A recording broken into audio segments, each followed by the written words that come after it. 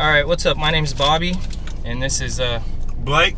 And today we're doing the tea at the tabernacle. We're working, doing some yard work, but the word must go forth. So let's go ahead and get right into it. Today's verse is going to be John 8:15 and 16. Jesus is talking here, and he's talking to the Pharisees, and he makes a statement to them that says, "You judge according to the flesh, I judge no one. And yet, if I do judge, my judgment is true, for I am not alone, but I am with the Father who sent me." So this word judge here is the Greek word 29:19 krino, and it means to separate, to distinguish, judge, come to a choice by making judgment, either positive or negative. And the best way that we can kind of look at this is to consider that this judgment here is not the condemning judgment that we sometimes think that word means according to our culture. This is the judgment of distinguishing between what's acceptable to God and what's not acceptable to God. So Jesus says in the Bible that there's proof in the fruit, that we were to distinguish a tree by the fruit that it bears. And this is the heart behind this this verse here is a lot of the times I think that we study the Bible and we think according to our own carnal mind, but it's best to take a spiritual mindset in these matters, and then we want to see how we can fit the word and incorporate it into our own lives as we're going about our day. So could you think of a situation to where you're judging, distinguishing? Yeah. Well, first off, where Jesus says in verse 16, "I'm not alone, but I am with the Father who sent me." So we know that Jesus' heart posture in judgment was always correct. We talked about earlier whether he rebuked or whether he encouraged, whether he was rebuking the Pharisees for being hypocritical, or he was rebuking his disciples for the lack of faith and unbelief. He always judged according with one purpose, and to either edify or correct. And so his judgment was always right because he was one with the Father. And like you were saying, the verse you said earlier when you got in the truck, he only did what the Father did. He only said what the Father said. He only prayed according to the Father's will.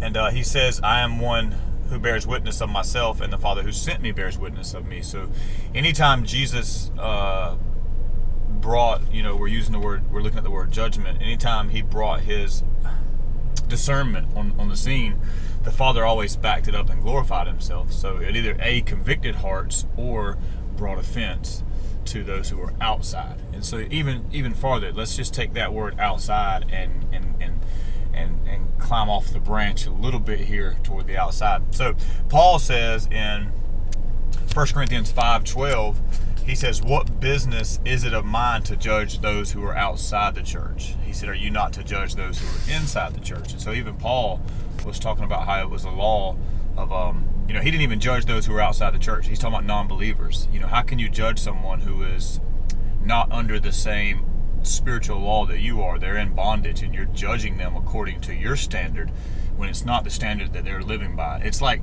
when we go to Africa or Jamaica or wherever, they drive on the opposite side of the road. It would be like me trying to take American laws over there and correct them for driving on the left side when we drive on the right side. No, they're under a whole different set of laws. They're under a whole different set of guidance, a whole different set of life. And unbelievers outside the church are the same. They're under a whole other standard. They're not under the same spiritual law. So Paul was saying, what business is it of mine to look at the world and judge it? Am I not to judge those who are inside the church? Okay, so let's look at judging those who are inside the church, either a rebuke or encouragement. And I think judgment also has to be coupled with mercy and grace and discernment of Jesus could discern who he could, he said, "I have many things to tell you, but you cannot bear them." He knew who could bear his words and who couldn't. And I think that's another sign of maturity in the church. So you talk about judgment, mercy has to couple with it, grace has to couple with it, discernment and maturity has to couple with it. Every time God gives you a word, it's not just to release. Grant Collins taught me this a couple years back. My discernment should always lead me to intercession, and my intercession should always lead me to prophesy. So I discern, judge, pray, then speak. Not judge and speak. I should always go to the Father and hear, okay, I'm seeing a matter, I'm judging a matter, what do you want me to say about it? If anything at all. That's good. That's cool. Okay, so let's just finish up. Say bye, Blake. Bye. Yeah, thank you. Okay, so let's look at this one more time. Jesus said, "You judge according to the flesh. I judge no one. And yet, if I do judge, my judgment is true, for I am alone. But for I am not alone. I am with the Father who sent me." Okay, and that's the Spirit, the Holy Spirit, the Father inside his heart. And that's G 29:19. To separate, distinguish, judge, come to a choice by making judgment. Is it positive or negative?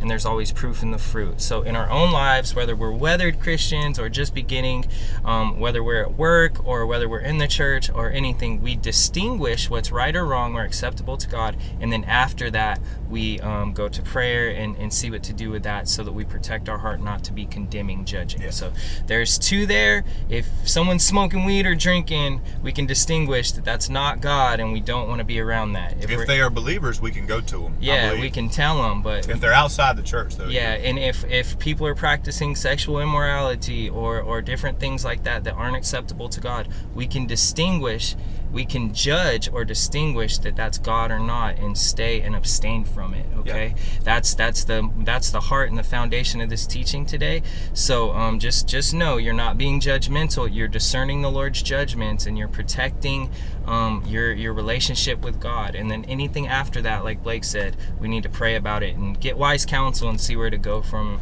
there. Don't grab a dog by the ears. Yeah, don't be jumping into things. Bit. It's kind of like judging people outside the church. Okay, so laters, guys. Thank you for this tea at the tabernacle. We love you.